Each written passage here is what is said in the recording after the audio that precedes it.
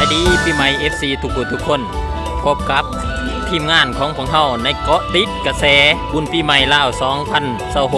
2026ภาพที่ท่านเห็นนี่ก็คือวัดถัดหลวงเหนือเนาะตอนนี้ทั้งทีมงานเฮาก็ได้ลงมาเคลื่อนไหวเก็บภาพบรรยากาศต่างๆของบุญปีใหม่ลาวซึ่งมื้อนี้ก็เป็นมื้อวันที่13ตอนนี้พระสงฆ์กำลังย่องประดับประดาสถานที่เนาะเพราะว่ามื้ออื่นเป็นมื้อวันที่14เป็นมื้อสังฆานหลวงเนาะเป็นมื้อเอาพระพุทธรูปลงให้พุทธศาสนิกชนเฮาได้ทำการหดสงฆ์เพื่อความเป็นสิริมงคลในปีหนึ่งจะมี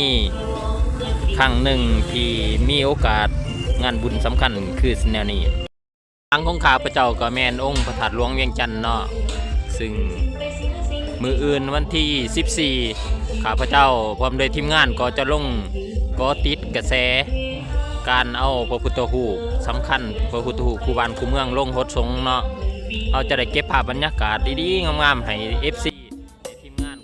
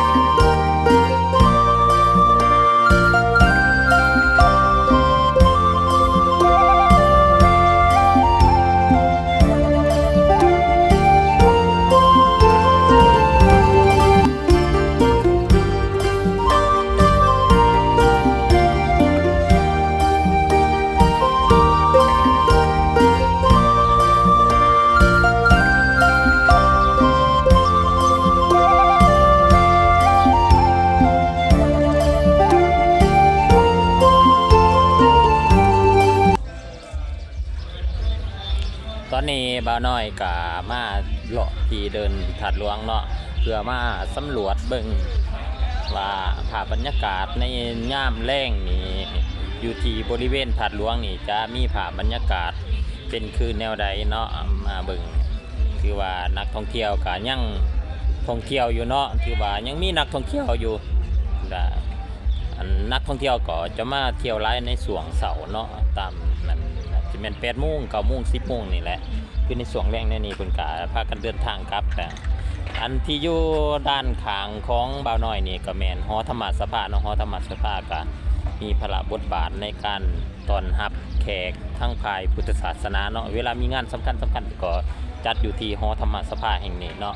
เดี๋ยวบ่าวน้อยจะให้เบิ่งหลายๆมุมเกี่ยวกับนักท่องเที่ยวแล้วก็บริเวณเดินถาดหลวงว่าด้นแหละบ่าวน้อยมากเกือบปีแล้วบ่าวน้อยบ่ได้มาอัปเดตบ่าวน้อยก็เลยถือโอกาสนี้มาเลาะอัปเดตเบิ่งในช่วงในยามเฉลิมฉลองบุญปีใหม่ลาว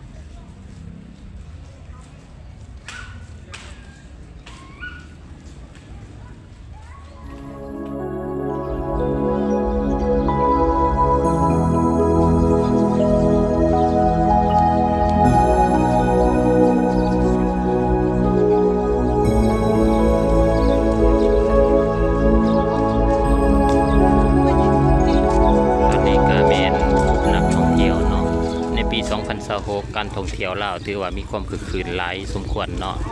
และก็ทั้งภาคส่วนเฮาเกี่ยวข้องก็ได้ตั้งเป้าหมายที่จะดึงดูดเอานักท่องเที่ยวโซนเอเชียเนาะก็คือประเทศจีนไทยเวียดนามเกาหลีเข้ามาท่องเที่ยวเยี่ยมยามลาวนับมือนับหลายขึ้นดึงดูดการท่องเที่ยวกระตุ้นการท่องเที่ยวให้มีการเจริญเติบโตและก็มีความคึกคืนลาวถือว่ามีท่าแห้งหลายล้านโดยเฉพาะแม่นสถานที่ท่องเที่ยวทางด้านวัฒนธรรมประวัติศาสตร์และธรรมศาสตร์อันสวยงาม